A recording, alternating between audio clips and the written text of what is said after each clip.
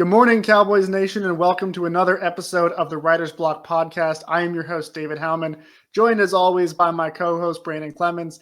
And we're coming to you this Wednesday morning with our first episode of the Brian Schottenheimer era. Of course, last time that we were talking with you guys, Schotty had just come in for his first interview, and then later in the day after the episode released, he comes in for his second interview back-to-back. And speculation was running afoot. And then we had like a 11th hour moment of, they've talked to Rich Bisaccia, they've talked to Pete Carroll, what does it all mean?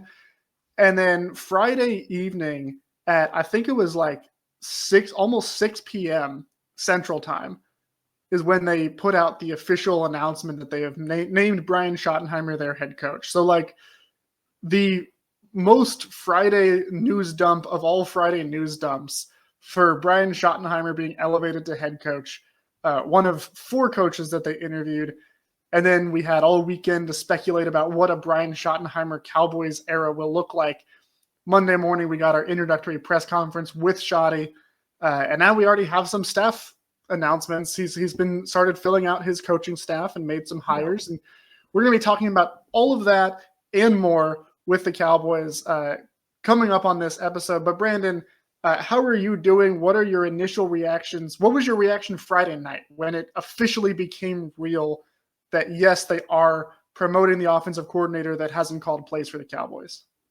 Honestly, I was pretty excited. I mean, I know that's like it's. I think I was more excited because I just wanted everything to be done at that point. Like, let's get the head coach in here, and like we just got to get this done. Like we were talking last week with our friend Jess, and I'm like, I just want this done. Like, I'm just sick of this whole like posturing. Let's get the head coach going. Let's start building this staff. And since we've recorded a lot of moving parts, like you just mentioned, like what you just teed up.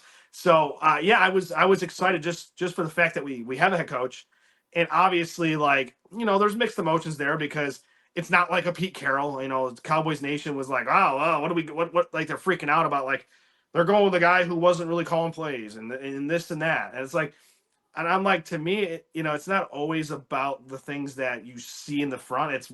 Sometimes it's the stuff behind the scenes, which and we got a peek behind the curtain of Brian Schottenheimer, at the press conference this past week. And any doubts that I had, because you have doubts, because why has this guy been an assistant, assistant head coach or assistant coach, position coach? Why has he been doing this for 25 plus years? And he hasn't gotten a real shot at a head coaching job. So like, I was kind of like, okay, so what's the deal here? And then by Monday, I'm like, and I listened to that press conference, which was like an hour and a half or whatever it was. I'm like, yeah, I'm good with it. Like, you know what? You got to take swings, and I'll give the Joneses credit for that one. I mean, I don't give the Joneses a lot of credit, especially in recent years, but they're swinging for the fences. They're going for it with this one, and he has the lineage. Like, he's what is he, 50 years old, give or take? I don't know his exact date of birth, but he's in that range. He's like in his early 50s, if I'm not mistaken. He's been in football his entire life. Like, his father was the late great Marty Schottenheimer, a coach that I had a lot of love and respect, for. He's one of those coaches as a kid, like you see him on the sideline with those glasses and the hat and everything, like, and he had like those cool like hoodies back in the day, like those starter jackets back in the day. Yeah, like the starter jackets. Oh yeah, man, those were great. Yeah, they look great. I mean, and Marty was respected. Like, I'm, coming from an era where when I grew up, it was like the Cowboys were so good at the running game, and Marty was that was like a trademark for him. Like, he was such a great run game coach, but he also like was just a great, from everything I saw, interviews, everything. Like, how can you not like that guy? And he won 200 wins in his in the regular season for his career. So obviously you don't get to 200 wins if you're not a decent coach, because a lot of coaches don't make it that far. They, some coaches, they get one shot, they don't do it, they don't do well, and guess what? They're back to being a coordinator. So, going back to Brian, it was, just knowing the family history, like, he's in the family business. He also coaches Syracuse for a hot second, so that's always a plus. But just listening to him talk, like, just, I'm watching that press conference Monday, and like, just like, he was answering the questions so well. And, it wasn't like, to me, like there wasn't a script, and he was pulling at the heartstrings a little bit, talking about his dad, and I mean, who could blame him? I mean, his dad was his best friend. I mean, anybody, and myself, it's like, my dad and I are like this, we're thick as thieves. And, you when you have these great moments, you want to give your dad a hug, so to speak. And it's like, that kind of got me, I'm not gonna lie, I was like, woof. I was like, I just got punched in the gut. That one hit me a little bit. And, just him talking X's and O's and just talking about what he wants to do. He wants to keep the continuity of the program, but also shake things up. So it's like, you're still going to have familiarity, but they're going to tweak some things, which I think, excuse me, which I think is a good thing, because when you bring in a whole new coaching staff, that whole thing's got to get changed. In this case, there's a lot of good pieces there. There's a lot of, good players. And I don't think there's going to be I think there's going to be enough tweaks where it's going to make us better, but it's not going to be a wholesale change. And, overall, I'm excited. Yeah, I think the reaction Friday night was very, very different from the reaction Monday afternoon after that press conference, because, I mean, you talk about winning the press conference, Brian Schottenheimer did it. Jerry and Steven, not so much, but I mean, I think a lot of the feelings that we were all feeling Friday night, really more than anything, has to do with the process, right? They didn't make a decision on Mike McCarthy until after they'd already missed their window to interview other candidates like Ben Johnson, like Aaron Glenn. And we've already talked on here before about, I don't think that those guys were taking the interview, let alone even being real candidates. But at the very least, like, you want a coaching search that reflects that you're trying, that you're going after, real, top-notch candidates. And in fairness, I mean, they interviewed Kellen Moore, who has a lot of history with the organization, has done well throughout his career, has had interviews elsewhere. They also interviewed Robert Saleh, the former Jets head coach, who was very much in the mix for the Jaguars job, also interviewed for the Raiders, interviewed, I think, for one other team. Leslie Frazier, who hadn't interviewed anywhere else for head coaching jobs this cycle, but the previous few cycles he had. But, like, I mean, none of those guys really there was like initial buzz around Kellen Moore, but then it came out, shortly after his interview that it was a very short interview. They did not take the full time allotted for that interview to talk with each other. So it doesn't seem like there was a whole lot of interest there. It's unclear on, which side didn't have interest for who and whatnot. But it seemed like this was just a search where Jerry he was caught flat-footed, had no idea what he was going to do once Mike McCarthy decided he was going to part ways. And that's annoying. That's really frustrating, because he set himself up in this situation by not extending Mike McCarthy or firing him at the end of last season. And then we had all year long, right? He's a lame duck coach the entire time. Every single game, win or lose, was a referendum on Mike McCarthy's tenure. When they won, it was, all right, they can keep Mike McCarthy now. When they lost, all right, who are they going to hire now? And, like, I mean, that's the toll that takes on your locker room, let alone the fan base. I don't think Jerry gave any thought to that. And then to, let him go, and not really let him go. From all accounts, it sounds like Mike McCarthy was the one who said, you know what, I'm over this. I'm walking. Can't blame him. Can't blame him at all. And then Jerry to then turn around and say, all right, we're just now his offensive coordinator, who didn't call plays, who, as you said, has been coaching for 25 years and never gotten a head coaching job. We're going to make him the head coach. Didn't interview for any other head coaching jobs. I don't think he's interviewed for a head coaching job since he was the Seahawks offensive coordinator back in 2020. And of course, he didn't get a job then.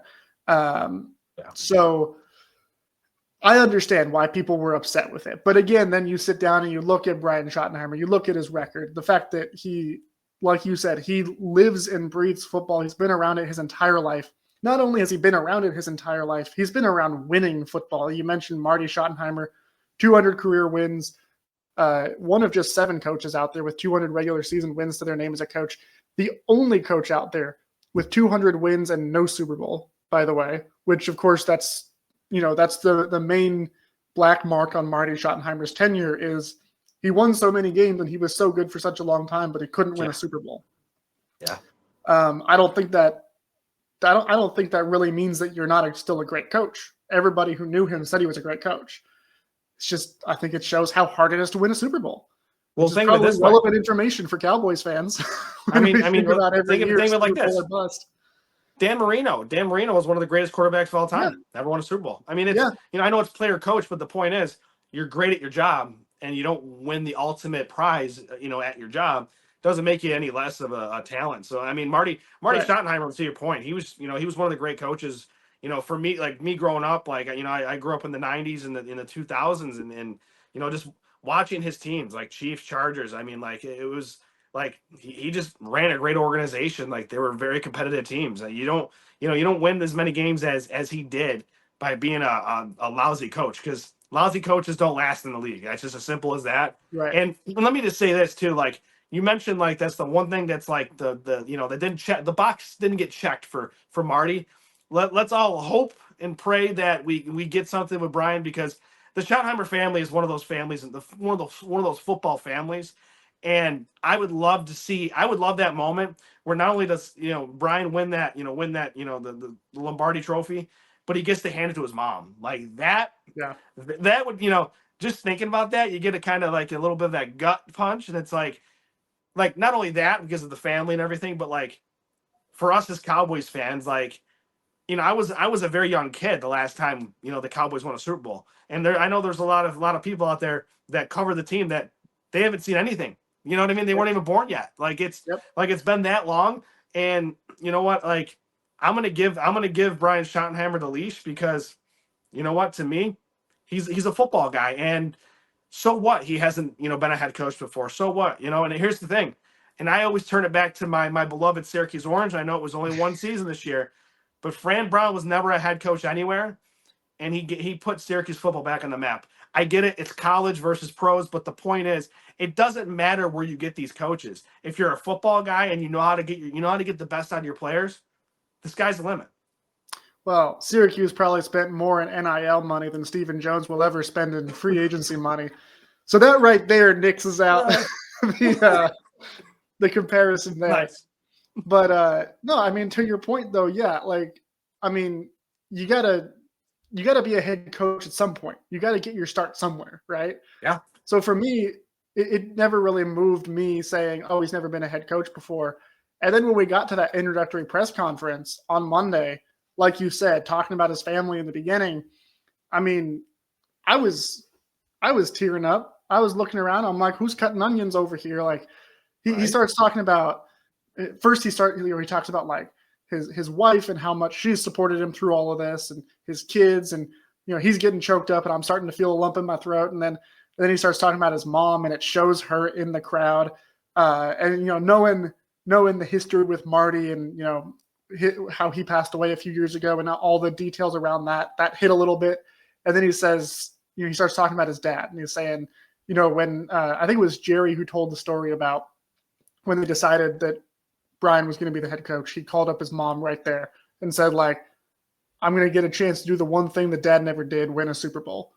And he was doing he did an interview after the press conference with Nick Eatman of the Dallas Cowboys team site, where he said, he's like, obviously we're trying to win a championship just because that's the objective of doing this thing. But at the same time, like, if I can do it, if I can do that as a head coach, I can do that in a way to honor my father. So, I mean, right there, you see, like you see how he got the job in the interview. Like, this is an easy guy to root for, easy guy to fall in love with. I mean, he absolutely crushed it. There were multiple players who showed up to this press conference. Dak Prescott being one of them. I saw Jalen Tolbert, Tyler Smith, several other guys. Yeah, I saw Brock Hoffman there too. Yeah, there was a solid contingent of players, and I mean, and Schottenheimer even said, like, in his interview afterwards with Nick Eatman, he was like, I knew my parents were going to be there. Like, I knew my family was going to be there. I was prepared for that. I didn't know that the players were going to be there, and that part got to me. Like, the emotion of, hey, these guys took time out of their day. And keep in mind, a lot of these guys around this time, they take off for vacation or go to do, off-season training, with their personal trainers or whatever. These guys took time out of their day to come into the facility and show their support by being there for their new head coach, who they already obviously know from his last 3 years here in Dallas. So, I mean, it's very, very easy to see the appeal of him as a person, as a leader. He very clearly already has the respect of these guys, which is a big part of it. Yeah.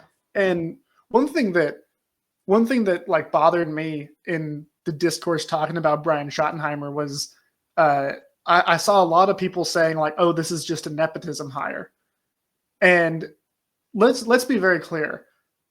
Schottenheimer's first few NFL coaching jobs were all on his dad's staff. So like in that respect, absolutely. I think Brian would probably agree. The fact that his father was a legendary coach did help him start his career.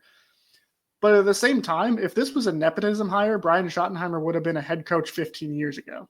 Like if he was wholly getting hired because of his last name, he would have been a head coach 15 years ago. We wouldn't be having this conversation about, well, why did it take him 25 years to get a head coaching job? Like he would have had this after 1 year of being the offensive coordinator for the Jets back in 2006.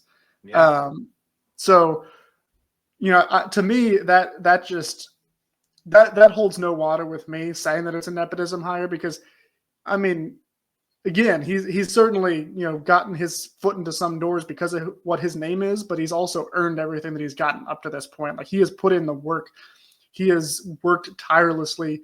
Everybody who has anything to say about him says, his work ethic is none other.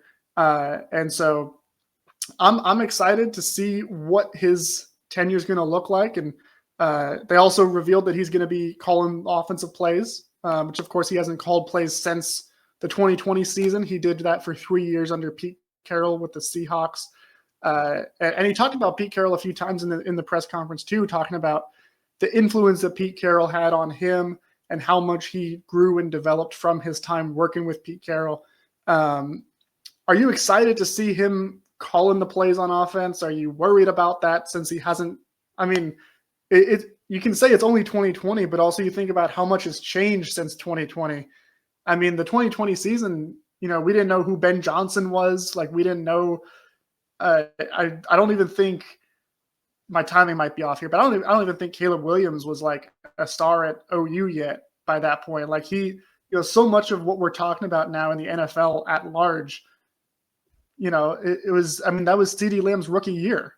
Like it's been a while. Yeah, no, I mean, thank God 2020 is, has been as far away as it is. I just want to I don't even want to think about 2020 for other obvious reasons. But no, for me, like what he mentioned in the press conference too, is he wants to bring some of that old school approach back too. Like because that's the thing too. Like everybody wants to be the next like innovator of a certain offense. Like I know everybody wants to follow the McVays and the Shanahans of the world, but sometimes you can do what Marty Schottenheimer did and keep it simple.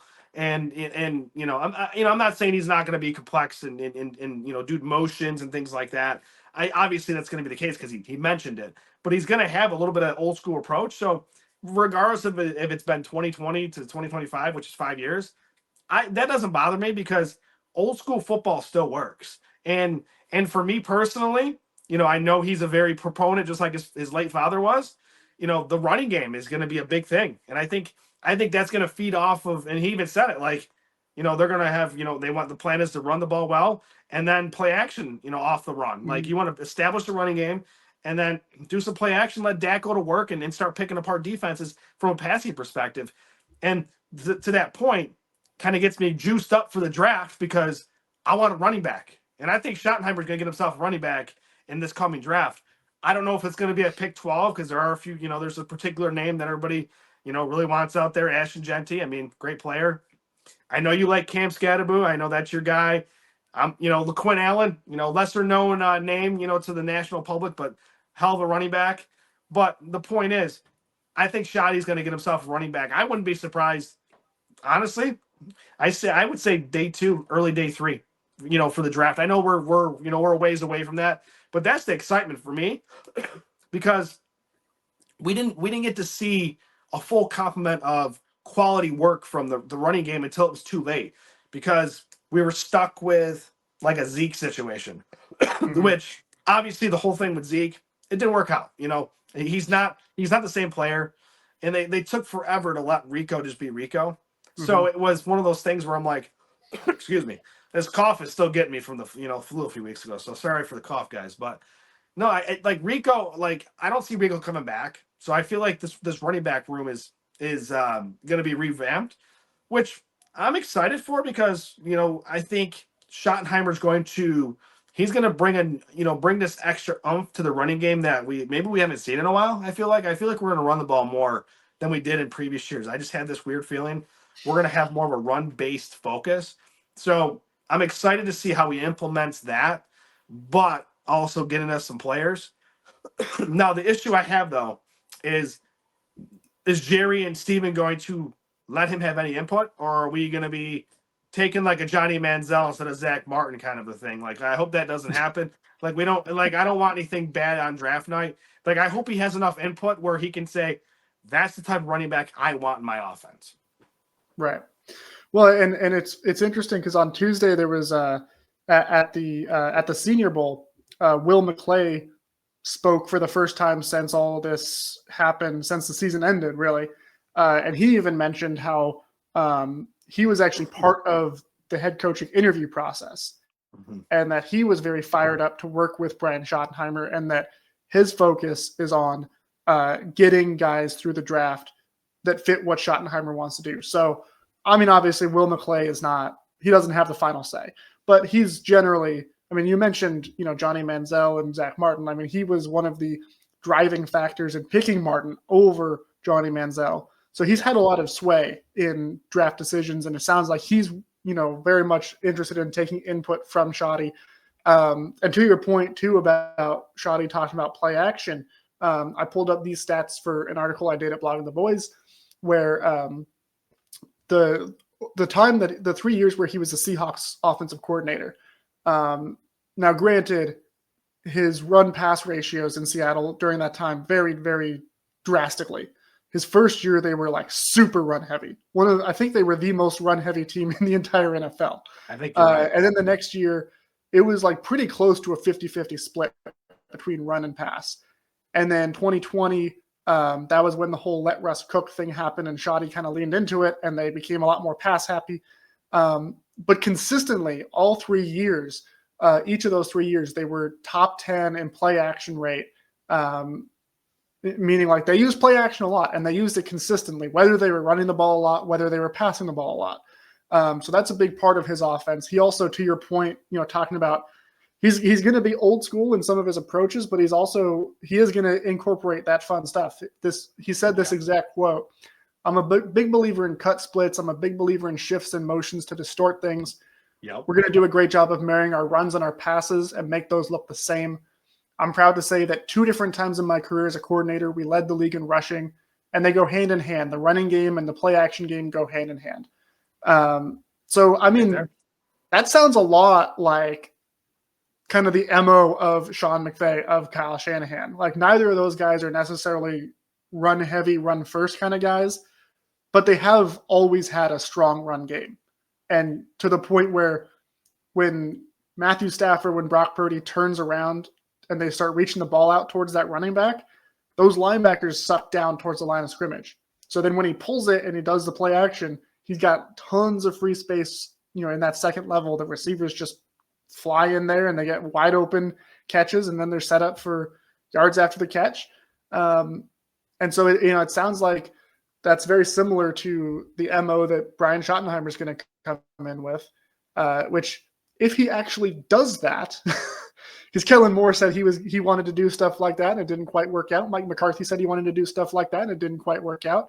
So if Brian Schottenheimer actually does that, is going to be what Cowboys fans have wanted for a very long time. Well, plus, Dak Prescott's I mean, I know he's had the injuries and stuff, but Dak can still move pretty well. So, like, even if he can't find somebody open for some reason, at the second level, he could still scramble and get 5-6 yards or whatever, and keep keep moving and keep ahead of the chain, so to speak. Like that's the other part of the game too. Like, I'm not expecting Dak to run a ton, but that option's going to be there where if Dak doesn't like what he's got out there in the middle of the field, he might just take off and run for 5-6 yards and just keep yourself ahead of the chains because if Shotty does want to really focus more on the run, 5-6 yards on a play like that, that's going to keep you ahead of the chains, and you can still nickel and dime, and then let the run set it up, and then have a hard play action. The defense goes real hard at the run fake. Dak rolls out and he hits CD for 60 yards. It's like that's going to be a beautiful thing when we see that. Well, and the other thing too with his offenses in Seattle, I mean they took shots down the field too. Like he loves taking shots down the field. He was the offensive coordinator there for the first couple of years of DK Metcalf's career, and I mean at that point, like DK was still a little raw as a rookie, but they knew one thing: they were like, "Hey, this guy's big, physical, fast. We're going to throw him a lot of go balls," and that's exactly what he did. And he also had Tyler Lockett, who is pretty darn good at getting open, and he got a lot of those too. And Russell Wilson, say what you will about Russ. He's very good when he's taking those shots deep. That was a big part of his success this past year in Pittsburgh. It was like they built the entire offense out of moon balls to George Pickens, and half the time it worked. He throws a great moon ball. I mean, regardless of what you think of Russ right now, it is I know he's not the same Russ that he was in Seattle, but that moon ball is still there. Yeah, and Dak has been pretty darn good throwing deep shots too. When he has guys to throw to. That's the second question is who does he throw to? But those are, we got plenty of time to figure that out. As far as figuring other things out, though, Brian Schottenheimer has been quick to fill out some of his staff. Whispers came up over the weekend, and then on Tuesday it was made official. He hired Matt Eberflus as his defensive coordinator, Nick Sorensen as his special teams coordinator. Of course, Matt Eberflus is a name that's familiar to a lot of Cowboys fans. He was the linebackers coach for I think 7 seasons, first under Rob Ryan, and then stuck around when Monty Kiffin and Rod Marinelli took over. He left in 2018 for the Colts defensive coordinator job, and very much kept the bones of that Rod Marinelli Tampa 2 defense. Was very successful in Indianapolis, parlayed it into the Bears head coaching job, was not very successful in Chicago. But when you look at his defensively, they were pretty good. He called the plays for the last 2 seasons until he got fired midway through the year this past season. And when he was calling plays, statistically, the Bears were a top 10 defense both years. So he's still got the juice as a defensive coordinator. And also, he will not be in charge of calling timeouts in Dallas. So, yes. I mean, he didn't call timeouts in Chicago either, but he won't be tasked with that in Dallas. So that's a nice reunion there. And then for Nick Sorensen, he's a more interesting case because he coached alongside Schottenheimer in Seattle. He was an assistant special teams coach, and then he moved to coaching linebackers.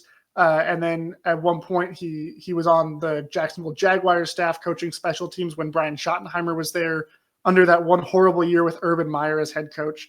And then last couple of years he's been in San Francisco coaching linebackers. This last year he was named their defensive coordinator.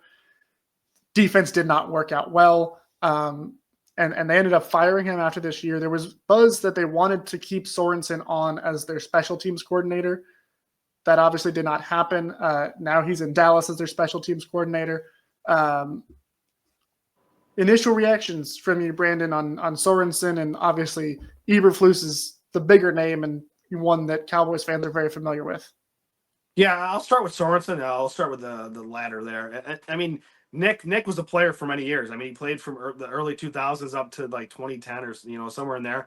I remember him being a kind of a special teams ace. Like that's where he made his money. Like that. I mean, I don't think he was ever like a real like starter in the NFL, if I remember correctly. He was more of a special teams ace where he played for the then St. Louis Rams, He played for Jacksonville, and he also finished up in Cleveland. I remember the name because of you watch special teams. I mean, there's 3 layers of the game, and he was to me he was some teams in a way like their CJ Goodwin. So like he was a really good special teams guy. So it doesn't surprise me that after all these years like, he's worked his way up as a coach, and now he's going to circle back to the special teams coaching role after being a defensive coordinator. So that one was interesting because I don't have the numbers in front of me, but I didn't, that really bad year with the Jags. I mean, I don't know how much you want to take that as a grain of salt, but I mean, it wasn't like the special teams was that great when he was there. But let's be honest, I'm going to throw it away. It was an Urban Meyer team. Yeah, So. everything was bad in Urban Meyer's 1 year, not even a full year in Jacksonville. So I can't fault him one bit for that 1 year. And I think he's a respected coach in the league. Plus, let's be honest here, he does have that San Francisco 49ers tie, which the Cowboys haven't really been doing too well against those Niners lately. So if you can get a little extra insight on how things are working over there in Santa Clara, California, that would definitely be helpful. So there's multiple layers to it, but I think just him being a special teams player in the NFL, I think those are the best kind of guys to have as a coach. So I think he'll be fine. I think we'll see some work there. I'm not gonna lie to you, like there was rumblings. I don't know how far they really got because it's the rumor mill, and you don't know how far it really goes. Dan Bailey was being thrown out there at one point. I mean, obviously I love Dan Bailey. I wouldn't mind because if I'm not mistaken, you could correct me on this. As of recording, because Bones took his assistant special teams coach with him to the Titans. Yep. So I think we still need an assistant special teams coach. So I mean, maybe we could get a guy like Dan Bailey in here. And I'm not saying that's definitely happened or anything like that, but like the point is, we still have some holes to fill along that staff. It's assistant special teams coach. So I'm waiting to see what happens there. Now flipping over to Eberflus, it's different than Zim. It's a different style. Like you're not going to see the double mug. Like you're not going to see that. Like that's like Matt Eberflus is not really a blitzing kind of coach. Like he just likes to. He reminds me of, I don't know if I'm sure you've seen the movie because it's one of the best football movies of all time. Remember the Titans, and from that one perspective when Denzel's playing Coach Boone, he keeps the playbook simple, and that's what Eberflus is doing. Like you keep it simple, and you just let guys be natural, let them just attack.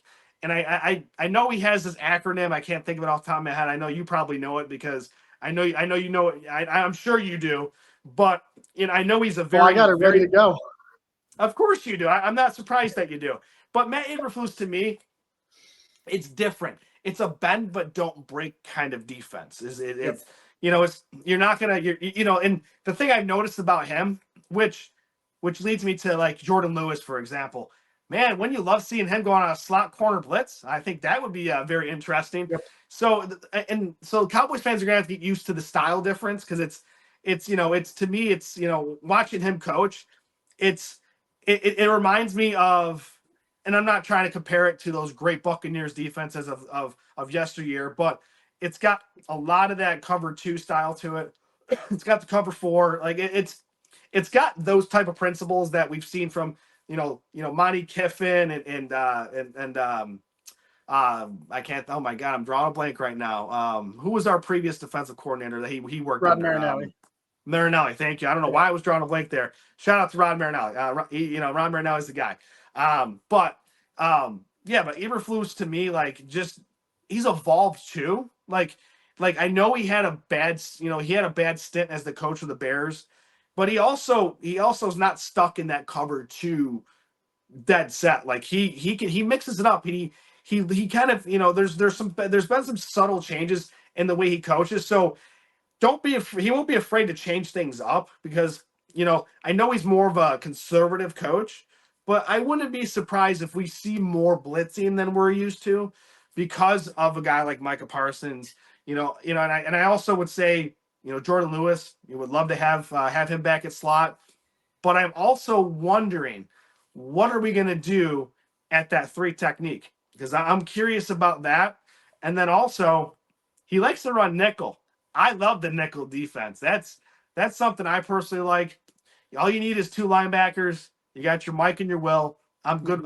So I'm curious to see how that's going to play. And I really wish DeMarvion Overshown wasn't injured because that would be a lot of fun to watch. But Maris Leofau, I think that's going to be fun in an Eberflus system.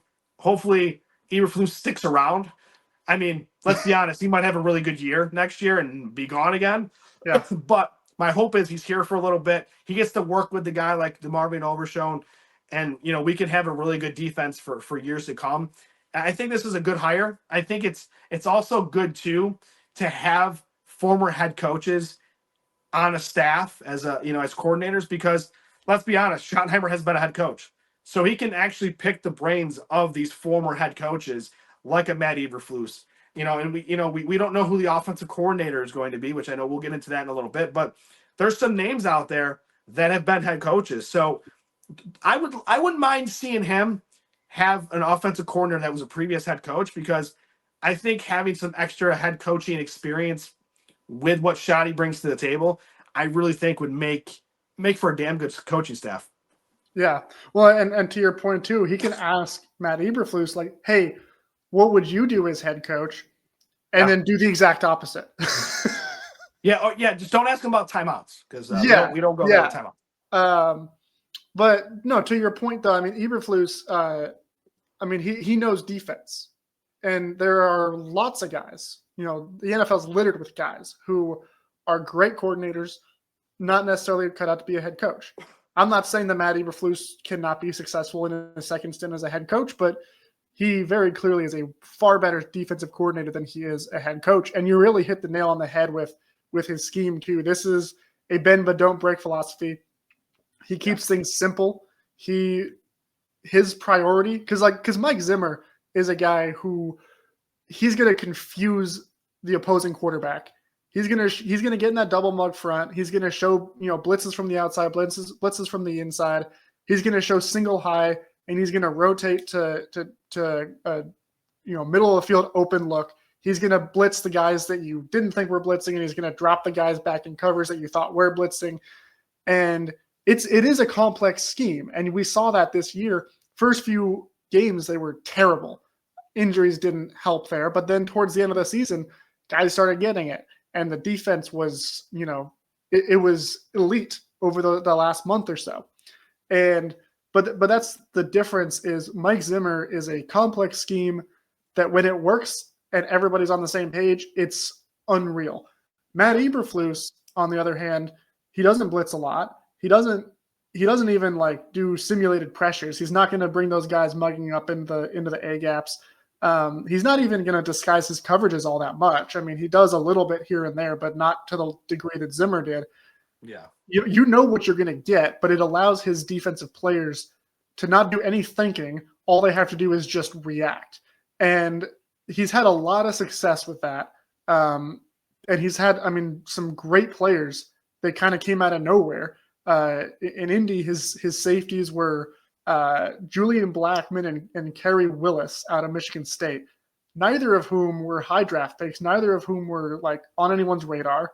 Guy by the name of Shaq Leonard turned into an all-pro under him. He was, I think, a third or fourth round pick.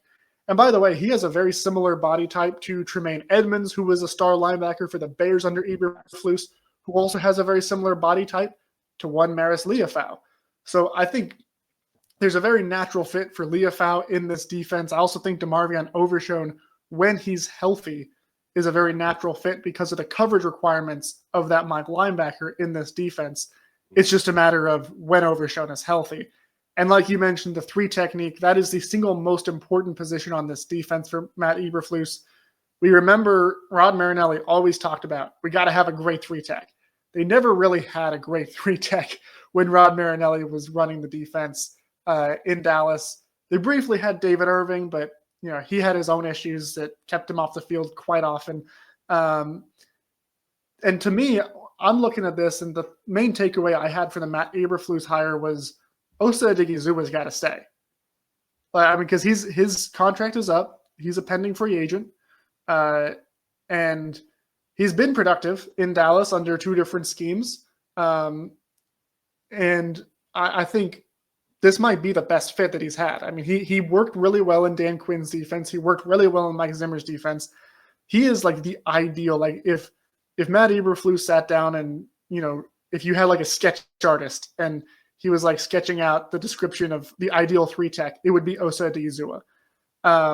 So I think I feel like Matt Eberflus is going in there and getting on his hands and knees and begging Jerry Jones and Will McClay, please, please, please, please, please bring me back Osa Odighizuwa. I got to coach this guy. It'll unlock the rest of the defense. And if they do, watch out. Here's the other thing too. I got to add to that because obviously I want Osa back, and let's be honest, I think that's one of the players that I feel like is most likely to come back. I just think it seems like he wants to be here. I mean, that's kind of what I've kind of gained. I've just kind of gained the knowledge about that, and just seeing how he carries himself. Like he wants to be a Cowboy, and to that point, like going back to Rod Marinelli, it's like back when he was when he was running things on defense, like that attacking style. There's some players on this team that are, that fit it really well, and we may not have them back. Like a Donovan Wilson, a Malik Hooker, who also was with the Colts as well under Eberflus.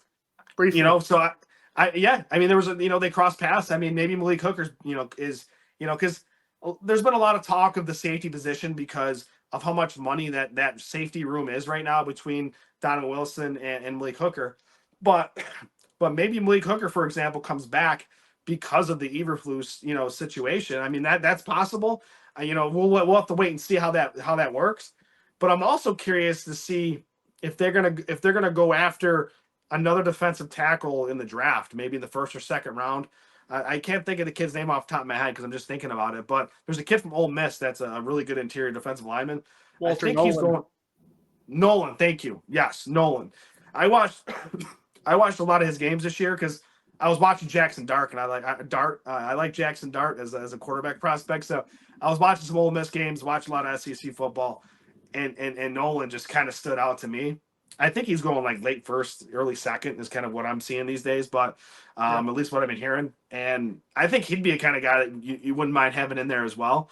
So I'm curious to see if Matt Eberflus can get his way on a defensive player in the first day or two, because let's be honest, we're not keeping all these guys that are on the team right now. No. So we got to infuse it with some young drafted and undrafted talent that fit what Matt's looking for. And I'm kind of hesitant to see what they're going to do with Donovan Wilson and Malik Hooker, but the attacking style that Matt Eberflus, that's what he wants. Those two guys are attack. They're attack dogs, man. I wouldn't be surprised if they keep one of those guys. I don't think they keep them both. I feel like I wouldn't be surprised if they cut one of the two. But I'm wondering if Malik Hooker's job is, I guess, safer with the Cowboys than a Donovan Wilson, for example. That's probably where I lean is because he has that experience with Eberflus. Yeah. But I mean, it'll be fascinating to see how those things, change and evolve over time. With Nick Sorensen, though, obviously, I think he only has the one season as an actual special teams coordinator. He's been an assistant special teams coach in the past with Seattle. I was looking through his profile, though. You mentioned his playing days. He has some interesting connections to this Cowboys staff currently. So when he was in St. Louis, as you mentioned, he was there for 2 years. And he played alongside a defensive lineman by the name of Jeff Zganina, who's the current defensive line coach in Dallas, just finished up his first year. Of course, his contract is up like everyone. But there's been some whispers out there that maybe they look to retain Jeff Zganina. He didn't have any prior ties to Mike Zimmer coming in, so it's not necessarily like he's a Zimmer guy. So there's already that connection. Fun fact, too, about Sorensen, back in his college playing days, he originally committed to Virginia Tech as a quarterback and played around the same time that Brian Schottenheimer was a backup quarterback at University of Florida. He was competing, went back and forth as the starter through the 98 season, I think, Sorensen did. And then the next year he was permanently put at backup quarterback because Virginia Tech got a true freshman by the name of Michael Vick. Hold on. Let me pause it there. I gotta apologize to Nick Sorensen because Michael Vick was actually at one point going to come to Syracuse. Like, that's a fact. You can look it up. That's a fact. But Donovan McNabb was here, and Michael Vick did not want to sit behind anybody, and that's why he went to Virginia Tech. That is a known fact here in the Syracuse area. So, Nick, sorry that you had to sit behind Mike Vick, but yeah, that's the way it goes sometimes. And well, it all turns out the way it does. it worked out for Nick though, because when Michael Vick came in and took over the starting role, that's when Nick Sorensen moved to. I think he played linebacker in college. At the NFL level, they put him at safety, but he was kind of really just a special teamer. And at the end of his career, he played on the Cleveland Browns. And his last 2 years in Cleveland, his defensive coordinator was Rob Ryan. His linebackers coach, of course, he didn't play linebacker, but his linebackers coach was Matt Eberflus. And his head coach at that time was Eric Mangini, who, of course, was the first head coach to hire Brian Schottenheimer as his offensive coordinator with the Jets. Wow. So a few interesting connections there. And then, of course, Sorensen coached on the Seahawks while Schotty was there. They have that connection. They coached together at Jacksonville.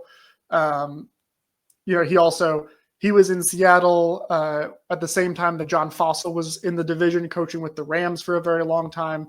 So he's seen up close the guy that he's replacing. And John Fossil, of course, is respected as one of the top special teams coordinators in the NFL. He knows exactly what kind of guy he's replacing. He knows the coach that he's working under in Brian Schottenheimer. I'm excited to see what he's able to do with this special teams unit, especially since he inherits a great kicker in Brandon Aubrey. But Brian Anger's contract is up. Kevontae Turpin's contract is also up, though he's a restricted free agent. So it gets a little, iffy on how much freedom he actually has to explore the market. But there's some questions here. CJ Goodwin, I think his contract is up after every single year. But I'm excited to see him put his stamp on this special teams unit. As you mentioned, though, the offensive coordinator role does remain vacant. It's not as important as the defensive coordinator, special teams coordinator job, because Brian Schottenheimer will be calling the plays. But a non-play calling offensive coordinator, as Brian Schottenheimer knows, is still important. Yes. It's somebody who helps you to set the table. They help to game plan. They help to install that game plan on a weekly basis with the players, while Brian Schottenheimer's off doing head coach duties, and then frees him up for actually play calling on Sundays and helps him with preparing what his next play call is going to be, things like that. You mentioned before the show you've got a couple of names that you would like to see in this offensive coordinator role. You already hinted you want somebody with head coaching experience. I think I have a feeling on what one of the names is, but why don't you go ahead and give us your ideas? All right, in case Brian Schottenheimer's listening. Yeah. In case he's listening, he should be, because we give out good advice here on the Writer's Block. I mentioned it last week on the show. I mentioned it when we had Jess on. Anthony Lynn. I mean, it makes too much sense. I mean, the Commanders, they did a heck of a job with the run game, and I think he was a catalyst behind that. Had coaching experience, like he's been around the league. He's well respected. That would be a really good hire. Now, there's another name out there that hasn't been. They haven't crossed paths with the Cowboys per se, but they have crossed paths with another team in Texas known as the Houston Texans. That's an afterthought team in Texas. Let's be honest, but Jeff Nixon, Syracuse Orange offensive coordinator, they've had some conversations with him, the Houston Texans, and you can't blame the NFL for checking in, because look what Kyle McCord and that wonderful Syracuse offense did last year. And here's the thing, Jeff Nixon, he coached a guy by the name of Saquon Barkley, so he knows a thing or two about coaching up some players and seeing what he did with the Syracuse Orange. I don't know if he's going to get the Texans, OC position, but just to see him out there tied with the NFL, that gives me some pause. I don't want him to leave as a Syracuse fan. Like I want Jeff back on the offensive coordinator throne here in Syracuse. But that would be an interesting name. Another name that also interviewed for the Houston Texans OC job, somebody who I don't know if you remember this, but he started, I think, 5-6 games, maybe like 10 years ago, for the Buffalo Bills. Thad Lewis. Thad Lewis is he's a hot commodity right now. He's a QB coach down in Tampa, and he's been, there's been some reports out there that multiple teams, Dallas. I haven't heard Dallas's name tied to him. Again, these names that I've mentioned have not been tied to Dallas in any way, shape, or form, at least to my knowledge. But Thad Lewis is another hot name out there that could be somebody that could be brought in. Could be perfect for him too, because maybe you don't want to bring him from a QB coach right to the OC per se, because Shoddy's calling the plays. It might be a good way to, bring, kind of bring him up to the next level, so to speak, and kind of groom him, so to speak, and watch what Shoddy does and how he calls a game and things like that. That could also be a good thing, because you don't necessarily need a guy with offensive coordinating experience. If there's a QB coach out there that's halfway decent, and Thad Lewis, look what's going on with the Buccaneers with Baker Mayfield. Obviously, there's been some work there. He could be a perfect coach where, Shoddy takes him under his wing. The guy played in the league. He wants him. He was actually very entertaining. I think he played 5 or 6 games with the Bills. There was another game, I want to say, with the Browns, but I might be mistaken. I know he played for the Bills for a hot second, and he was every game that he played in that I remember, he made it entertaining. I'll say that he was a very entertaining guy. So Thad Lewis is another guy, and then I don't think this happens again. Another Houston Texans tie. I know this is one of your guys, Bobby Slowick. I don't know if that's going to happen. I don't see that happening. But I mean, what he's done in the past, he's still relatively young. I mean, he's only a couple years older than me, so he's not old. So let's not go down that rabbit hole. But no, but in all honesty, I think he's one of those guys where, and there's been some reports out there, believe it or believe whatever you want. There were some issues with him and Stroud. That's kind of circling the rumor mill these days. Take that for whatever you want on that.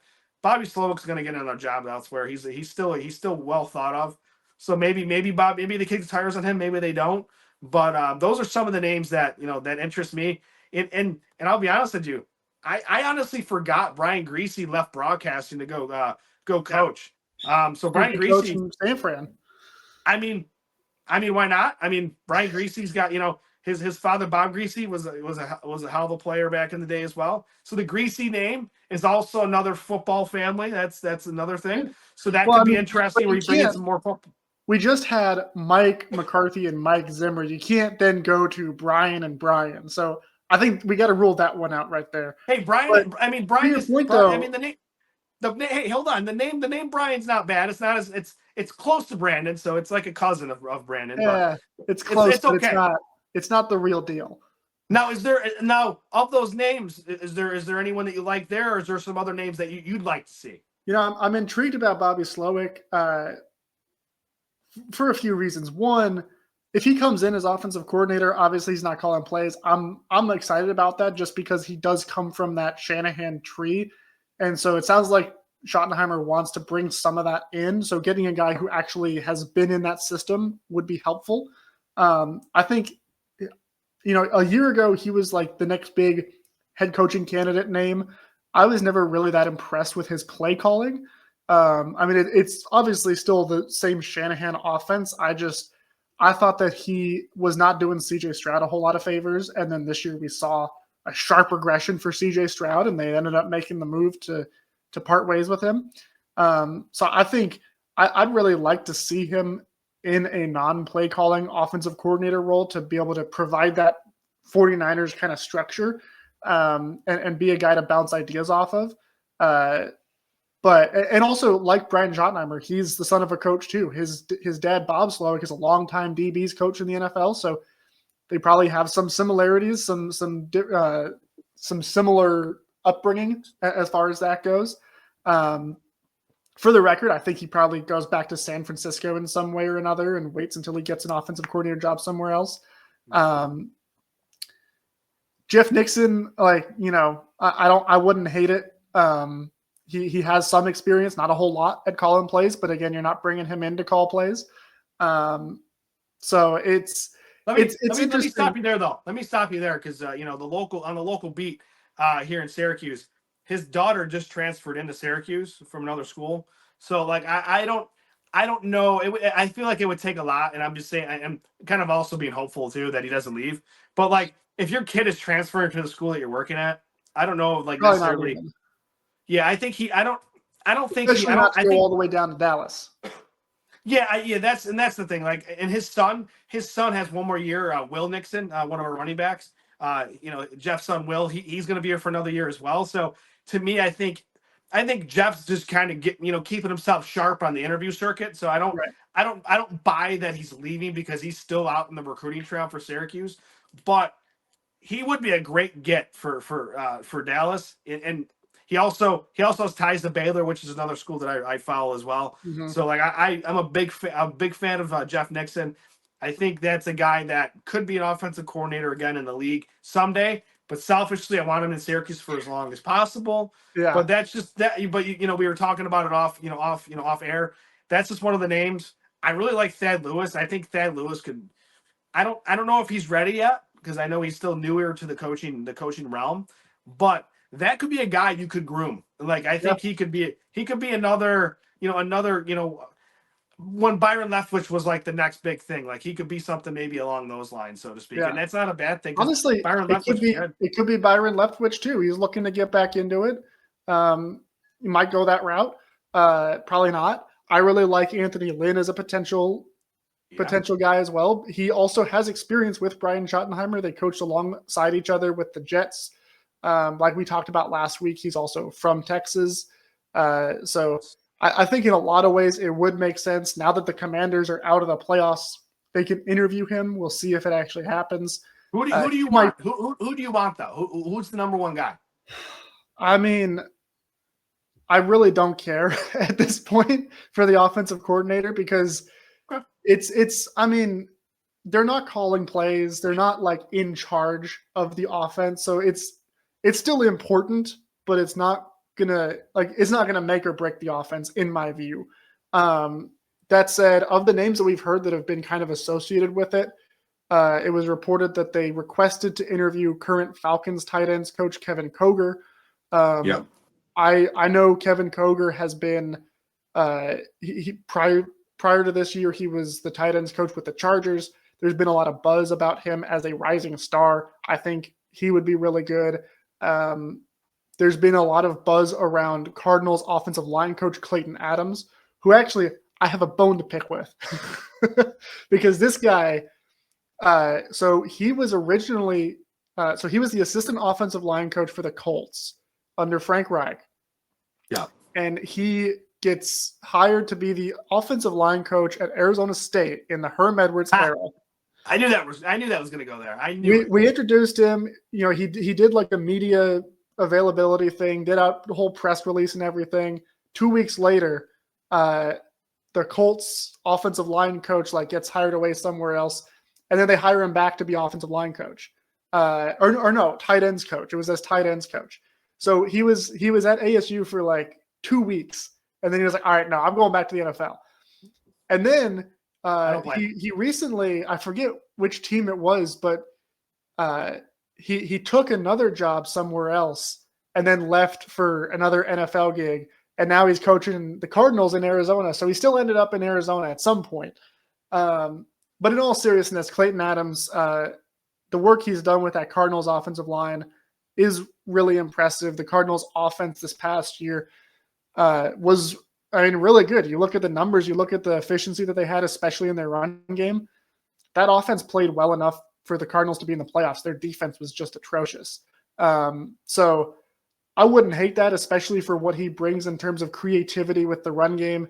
The offensive coordinator there, Drew Petzing, has been a longtime disciple of Kevin Stefanski, the Browns head coach, who himself comes from mentoring under Gary Kubiak and one of the creators of the Shanahan offense. So by several different branches of offensive coaching, he comes from that Shanahan style of offense a little bit too. So I'd be fully on board with that.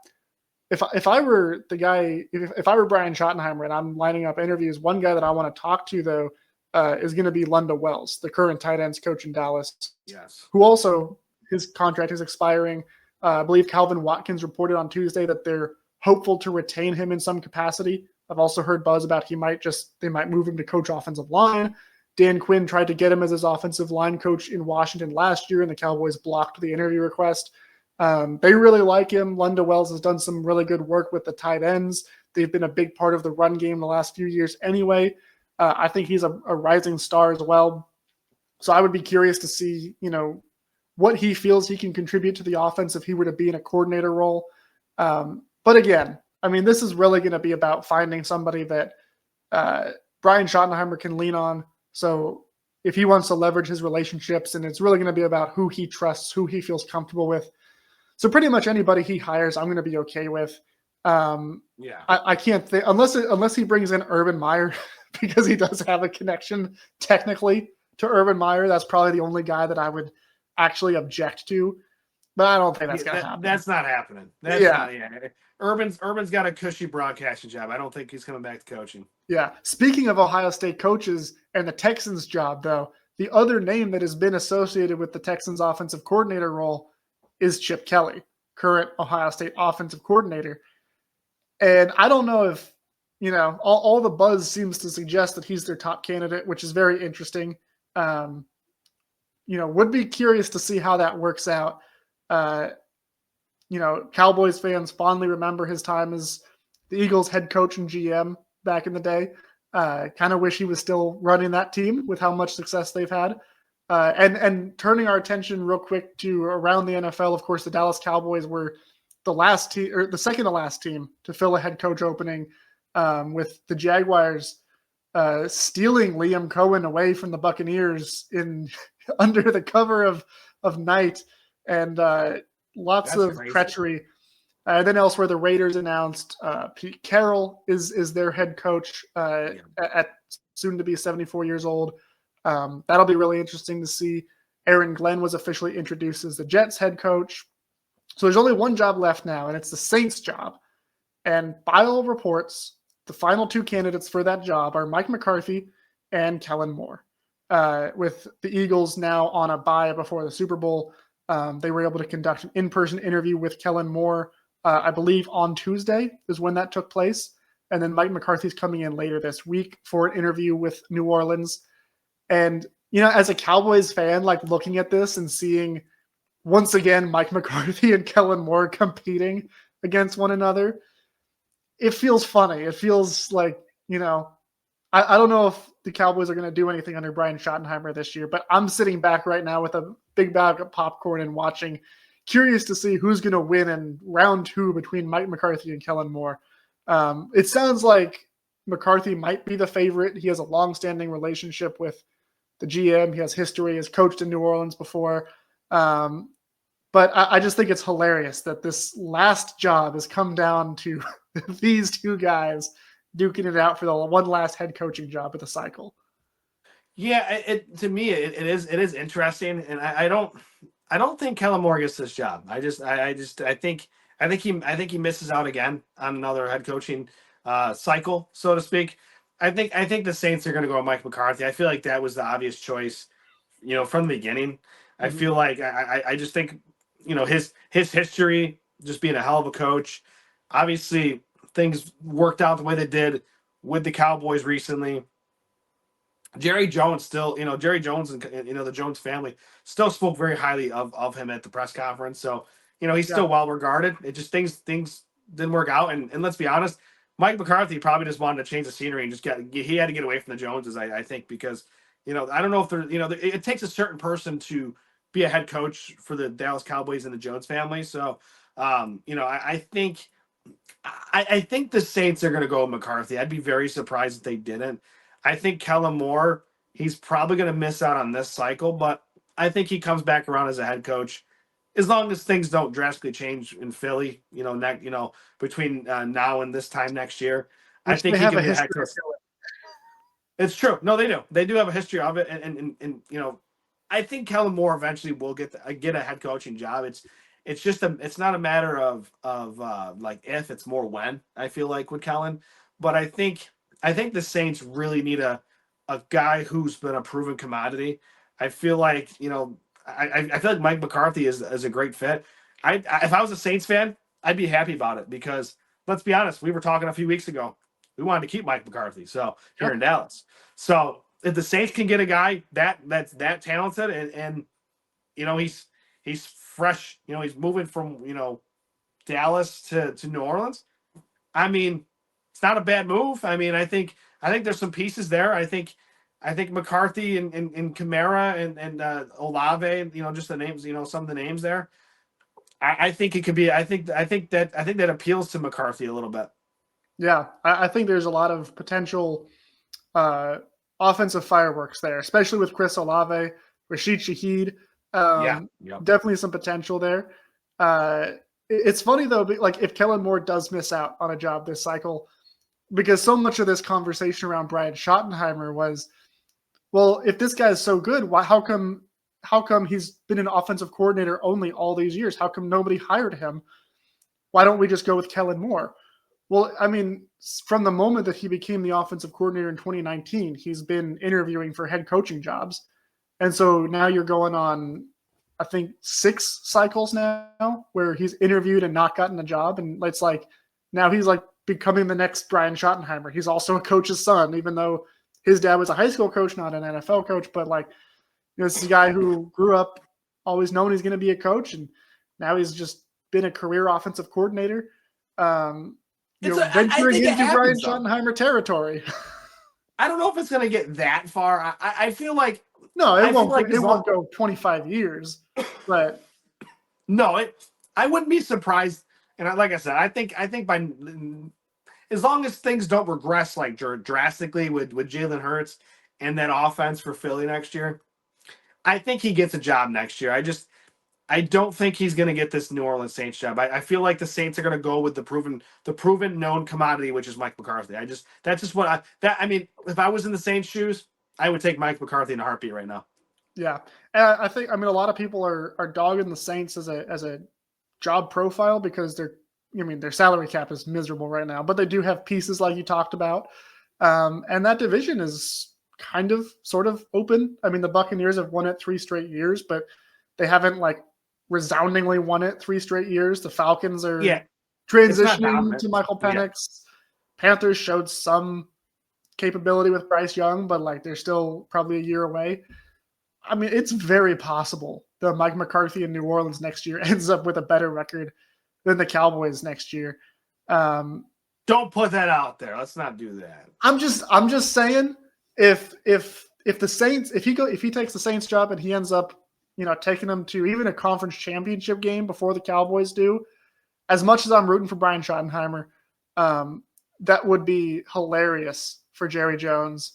After, the story of this year with Washington and Philly being in the conference championship game, and now the Cowboys have the longest conference championship game drought, and then for Mike McCarthy to leave and like immediately get there would be hilarious, would be great for, just making it very clear what the real problem in Dallas is, which that's a really, somber note to end the show on.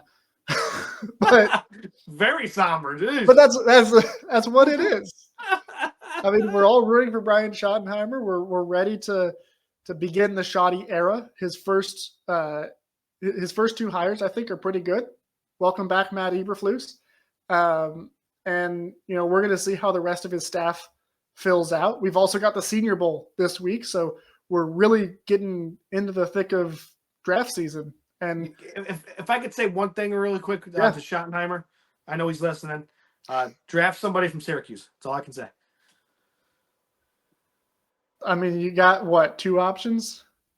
No, we got about 5 or 6 that are pretty darn good that are draftable players.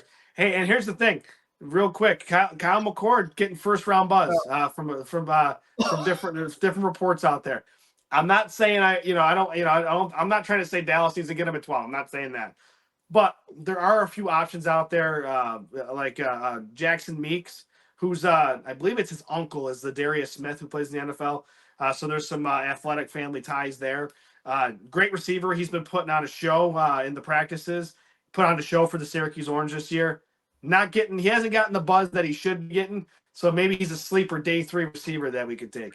I did a mock draft for the Cowboys on Monday right after the Schottenheimer press conference, and I did draft a Syracuse guy, your edge rusher, Fadil Diggs. Good pick. So there's that, and of course, go. starting next week, and then all the way through April, we'll be talking draft, and obviously also coaching staff as Schotty fills out his coaching staff.